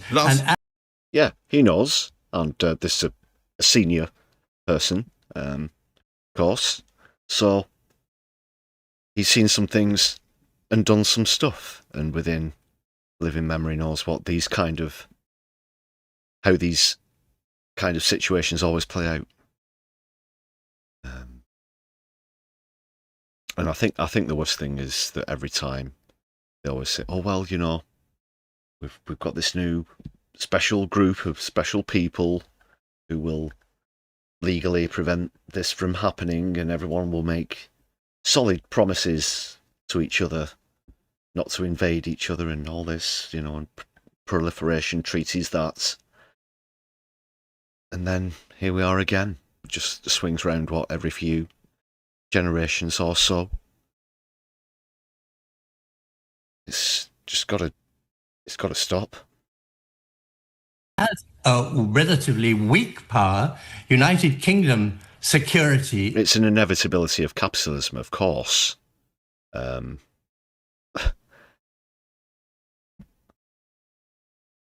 Anyway, I'll go off on a rant. ...is dependent long-term on re-establishing the rule of law. But now, we didn't go in with the United States on Vietnam or on Somalia. But I just we didn't participate in the war of choice against Yemen. It's nothing extraordinary for us to take a different position from the United States. And the people who are panicking about it are the Americans, because it's their domestic political problem, which they fear we have exacerbated. Lastly, I wonder, Sir Richard, the rules, as you rightly point out, that were established after the First World War, with players such as President Xi, the late Ayatollah, President Putin on the world stage, are those laws still applicable? Laws that came about more than 100 years ago? Oh. What, the Treaty of Versailles? What the fuck are you talking about? Khan, 100 years ago, in the course of human history, when human nature is what it is... But obviously we didn't have a Putin, or we didn't have an Ayatollah, or we didn't have a Xi at those times. We have had lots of them in the past. What the fuck is he talking about? It's likely... I'm skipping back. It likely is just gibberish. But is it such gibberish that I feel as though I've somehow missed a very important fact in his point? Oh, Khan, 100 years ago, in the course of human history, when human nature is what it is... But obviously we didn't have a Putin, or we didn't have an Ayatollah, or we didn't have a Xi at those times. We have had lots of them in the past, and it is wrong God. Oh, God. Where to begin? I'm face-palming here. Of course, there were significant figureheads. The bogeyman is always there. No, we literally didn't have Vladimir Putin because he wasn't alive back then. But there were Tsars, and then later revolutions, and then Stalin, and so on.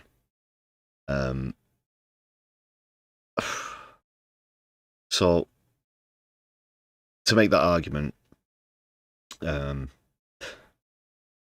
it's beyond ridiculous. Us to think that just because we face a Trump and a Putin now, the laws which are there to protect small nations should somehow be jettisoned. Okay. The absence of a plan, Starmer was right to point out that. The absence of a legal base, he was right to point out that. Grateful for your time. Thank you very much, Sir Richard.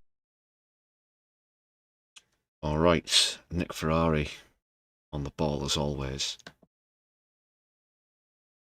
Goodness me.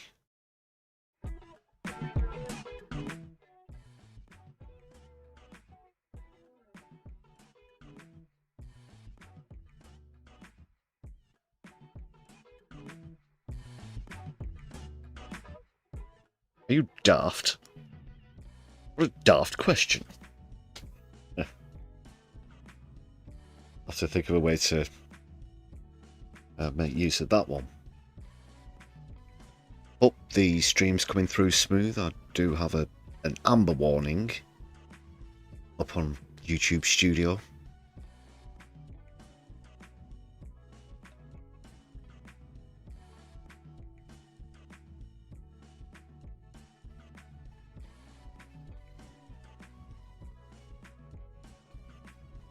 Just having a skim through the chats. Floor Snake, yeah. What a piffling question from such a ghastly man. I bet you weren't even made junior prefect at school, were you? Oik. Rah, rah, rah.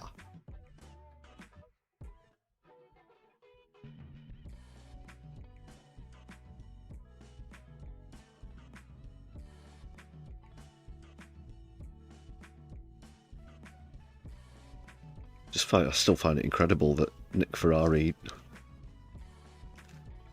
thinks there weren't any significant figures that were deemed huge threats to peace of the world around 100 years ago. No, not at all. Not at all.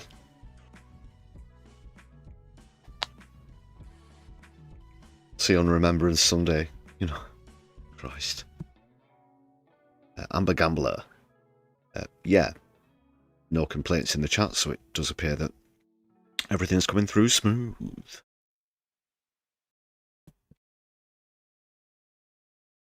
Magnifique. Let's take a look at an article now, whilst we're on this roll of piling onto mainstream media.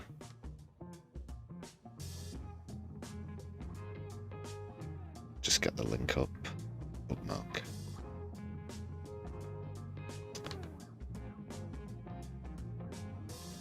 It's another good one. From the Canary, Squawk Box. This time concerning Nick Robinson. From BBC Radio 4's Today programme. Previously, Other Things.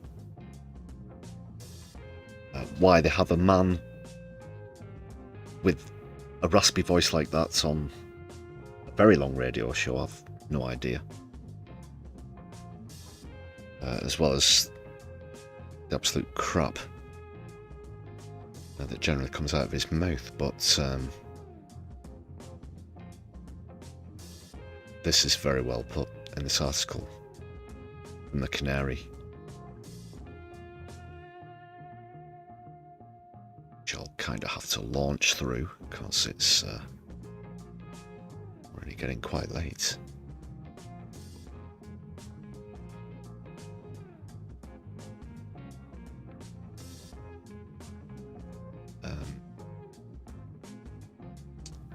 Even paraphrasing my own channel here, but I think it was posted on social media something along the lines of, every time you hear Nick Robinson say, it makes a point and then says, which begs the wider question that you know something's coming up. Do you know the meme with The Simpsons where Homer's at the console where he works in the nuclear power plant and all the others are stood in the doorway in anticipation of him doing something stupid? Yeah, it's one of those, but with Robinson. And ridiculous questions and or suggestions. Him being a Tory's Tory as well, of course, even in his youth. Was part of Conservative Party youth groups. Here's one of his latest clangers, I guess you'd have to put it. Just bear with.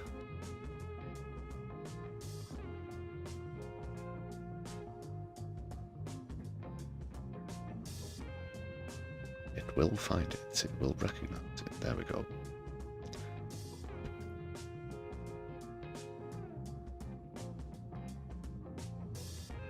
never ones to mince their words at the Canary, which is one of the most admirable qualities, I believe, in my opinion. If only all the news was as blunt as this, but not in a tabloidy, hacky kind of way, you know what I mean. BBC establishment drone Nick Robinson questions if anti-war protests should be banned. This is an article that came out today. I'll put a link to this article in the description as well. Or stream. So on the Today programme earlier today, he apparently asked a guest whether anti-war protests should be allowed to go ahead or treated as some kind of treason. Robinson's a former Tory student president and has a long record as an establishment mouthpiece. In 2017, he blamed the collapse of public trust in mainstream journalism on left independent media. Cheeky fucking bastard. That's me. That's us. That's my left eye. Although we weren't around in 2017, admittedly. But in the run-up to that year's general election, he projected for horror that Jeremy Corbyn should say that police cuts and Britain's foreign military interventions were making Britons less safe. He also misquoted Corbyn and then tried to cover it up. Like a wanker.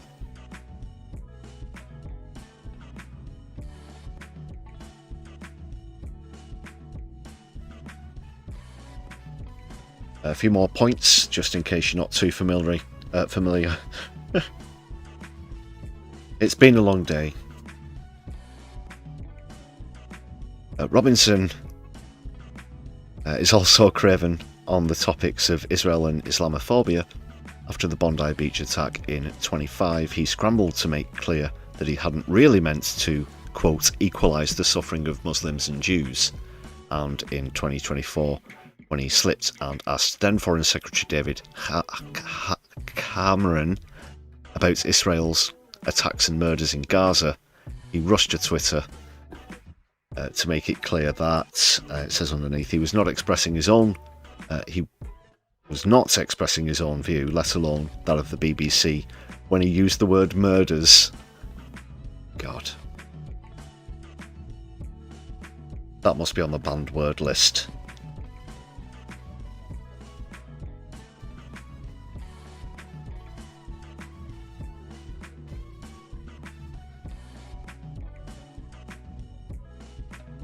But he wasn't finished. He also wanted to remind his critics that he'd also pressed Cameron on the UK supporting Israel in confronting Iran.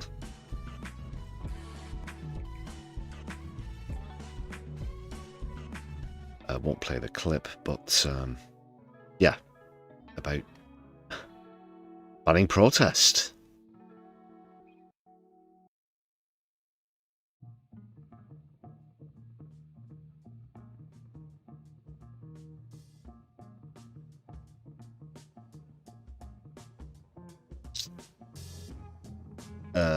Okay, where to begin? Well, the person he was interviewing is an Iranian actor. And they've publicly, it says here, propagated US-Israeli talking points that the people of Iran celebrated Israel's murder of Iranian leader Ali Khamenei and his family, despite abundant evidence of mass protest against the murder, both in Iran and internationally. She claims to be anti-war, but she didn't slap Robinson down and tell him not to be such a warmonger and stooge for the terror states that are attacking her country. Instead, she appeared to agree with Robinson's proposition, implying that attacking Iran was the only option because the, quote, situation of the Islamic Republic had been ignored for so long. Yeah, pretty shameless. Propaganda, that's just pure propaganda, isn't it?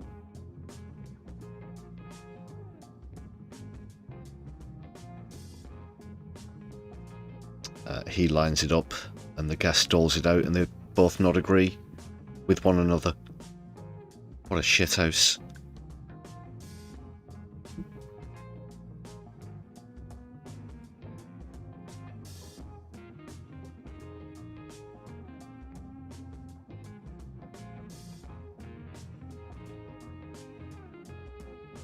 Just to look at one comment there as well, very quickly.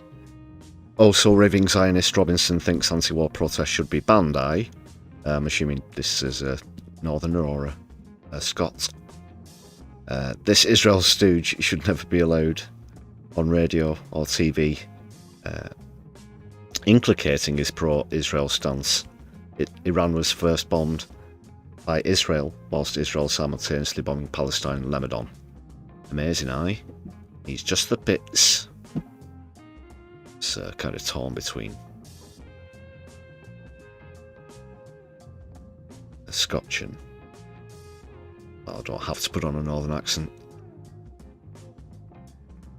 But sometimes, just for emphasis, I might do a Yorkshire or a Lancashire accent. Proper.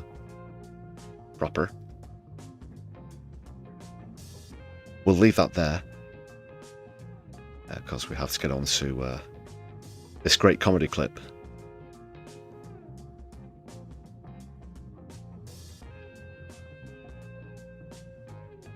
Jarkash, No Justice is Zack Polanski's unofficial comms advisor. Is that correct? Well, that is awesome. It's been great to see them together on Bull Politics recently as well. Awesome collabs. Yeah. Awesome work as well, as always, from Helena.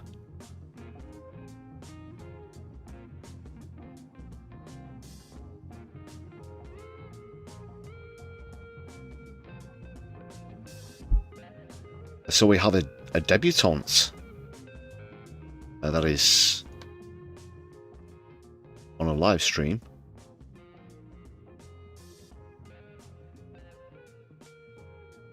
They aren't debuting here, that is. But just from someone who we've never used before.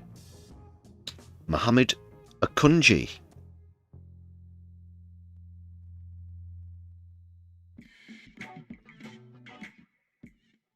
This is a great animated video. I'm sure you'll all enjoy it.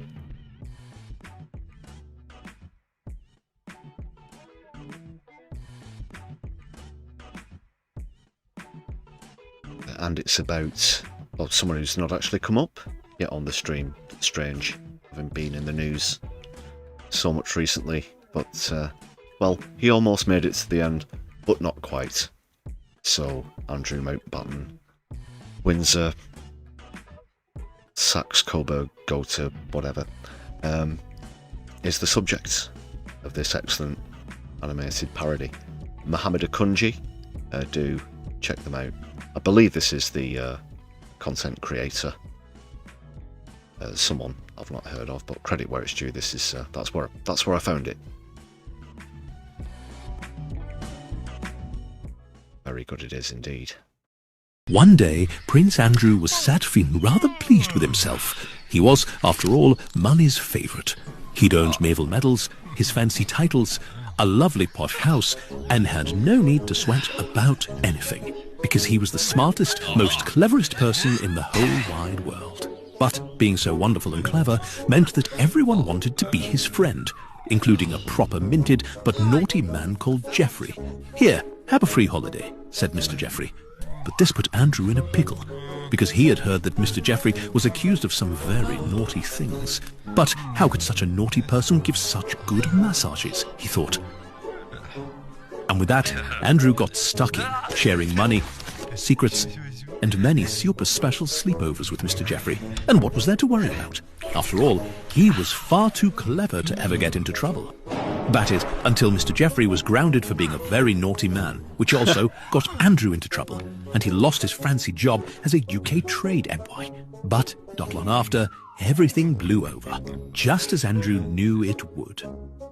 Then, years later, a courageous young woman spilled the beans about how he and Geoffrey had forced her to take part in one of their sweaty sleepovers. Oh dear. This time, Buckingham Palace went berserk and told Andy that he needed to clear his name.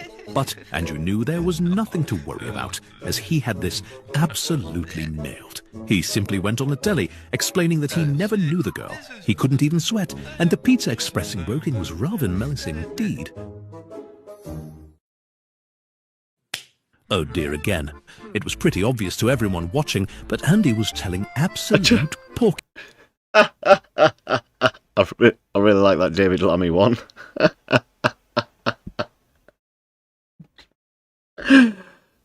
Look at him.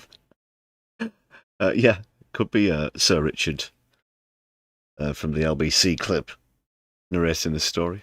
Wouldn't surprise me. Lammy. And this time, he lost not only his fancy titles, but also his fancy medals. And then, not long after, the police found photographs and emails proving that Andy had in fact known the woman, that he could sweat, and the Pizza Express in Woking wasn't really very nice at all. This was the last straw. And so Buckingham Palace had him booted out of his house, meaning Andy had lost almost everything. But at least on his 66th birthday, he got a free ride in a police car to cheer him up. Only this time, it wasn't going to the Pizza Express in Woking.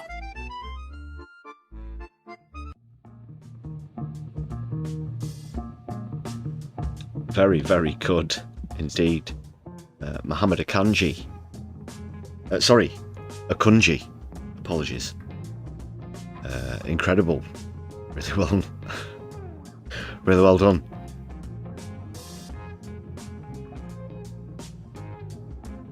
Yeah, call back to the Ferrari interview. Comrie, you think come May it will be played Cymru and SNP in the Welsh Scottish Parliaments, and come 27 Sinn Féin in Northern Ireland? Well, it's definitely heading that way for Wales and Scotland, say I. And yeah, the union's done. They know it. This is very much the tail end of the deniability phase, where unionists are concerned, that is. I couldn't agree more.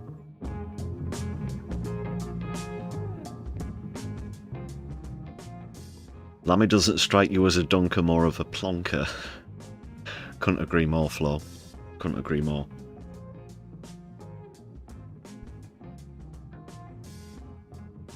Mr. Speaker, with his... He likes a good S, does David Lammy.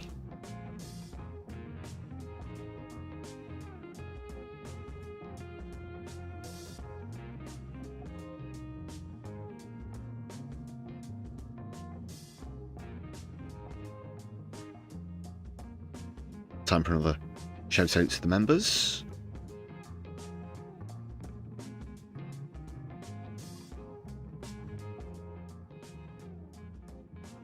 And thanks again for the gifted memberships on tonight's stream as well. It's been awesome. That's 2 streams in a row now where they have functioned.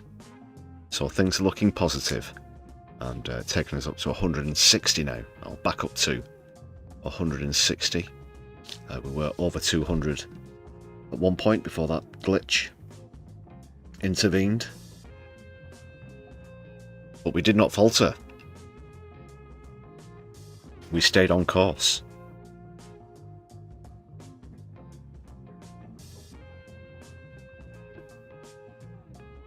Also, thank you to those of you who've renewed your memberships recently. That's super important. Other ways that you can support this stream are with super chats or super stickers. They're still active. And super thanks if you're watching back later on.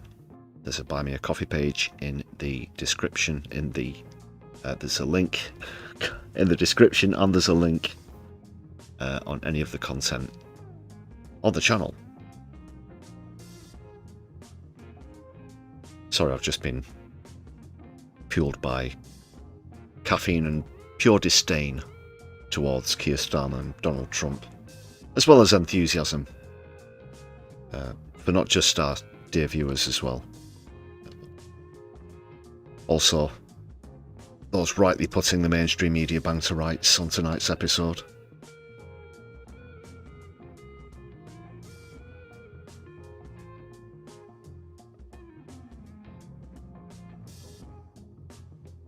Yeah, the tides are turning in many ways. A very different political landscape, as Comrie just mentioned there. Let's hope a much better mainstream media landscape as well. Who knows? But one thing's for certain. You should certainly stick with YouTube, which is an excellent platform. The second biggest in the world. And it's the only place that you can find My Left Eye as well.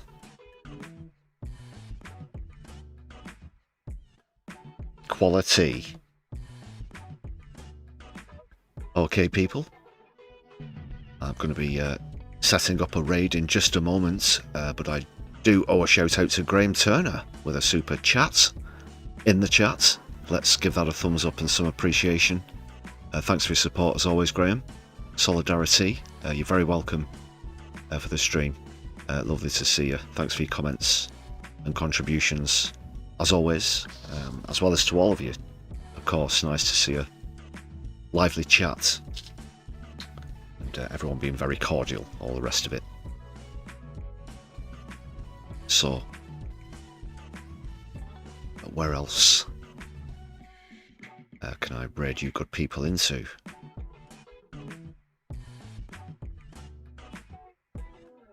Let's take a look. Whilst I do that, one final reminder to vote in the poll. If you've not done that, that'll be closing in a moment. And also, if you're watching on a mobile device, please do open one of our recent videos, hit thumbs up, and you might see the new hype points feature. So please do consider using some of your quota of points on the channel. If you don't know how it works, there's a leaderboard, there's a ranking points leaderboard, and the higher up you get, the more the algorithm presents your thumbnail to more viewers, so you get a better chance of reaching a new audience. That is extending the audience, not in the replacement sense, because we certainly do have a quality one here on the channel.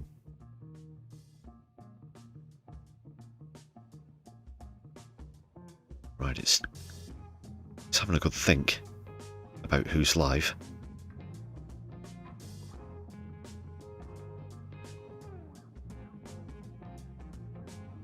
And we have This Space and Alec Gunter. I think most recently out of those two we've gone into This Space. So what do you say? Should we go This Space again, or perhaps spread things more evenly with Alec Gunter?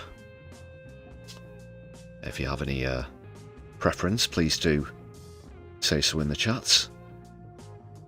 But speak quickly, or I'm about to end the poll. Yes, hype it up, people. Thanks a lot for all of those kind words in the chat. Well, we got a shout for each.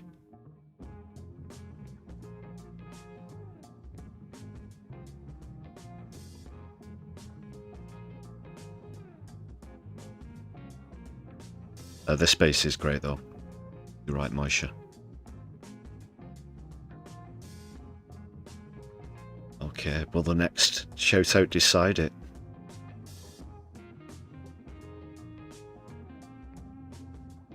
Hovering over both. The cursor's over both. Might just do a blind selection. Yeah, you both posted at the same time as well.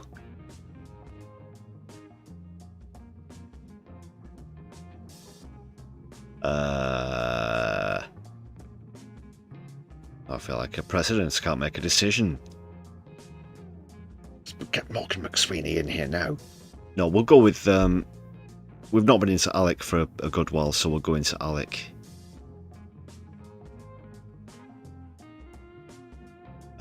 Plus have raided quite significantly into this space recently. So that's all lined up and good to go. It looks as though, well, you'll see now as I end the poll. Most of you think it's going to be May.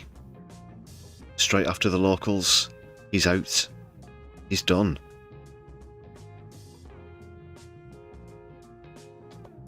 And I wouldn't be entirely surprised if you're wrong. He might try and cling and stay in office, but eventually a vote of no confidence would come anyway. Maybe within weeks, yeah, of the locals. So 54% for May, 26% for August or later, and 15 June, 5% for July. That's how it finished up. And that's just about how this stream finishes up for the night as well.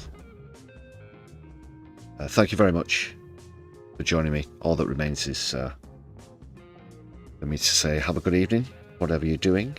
Power to the people, free Palestine, Lebanon, Sudan, Yemen, and don't let the bastards grind you down. Back for more streams later in the week. Good night.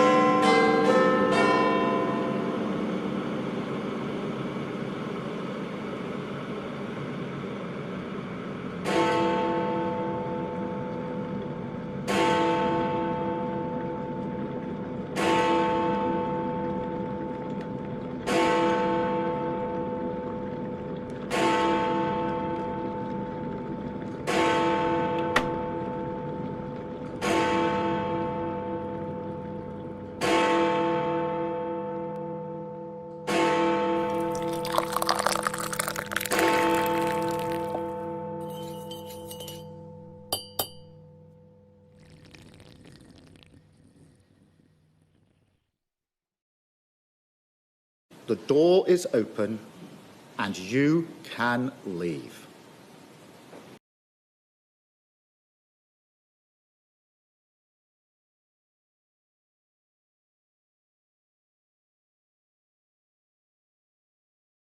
It's what Hitler and Goering did, and it is textbook.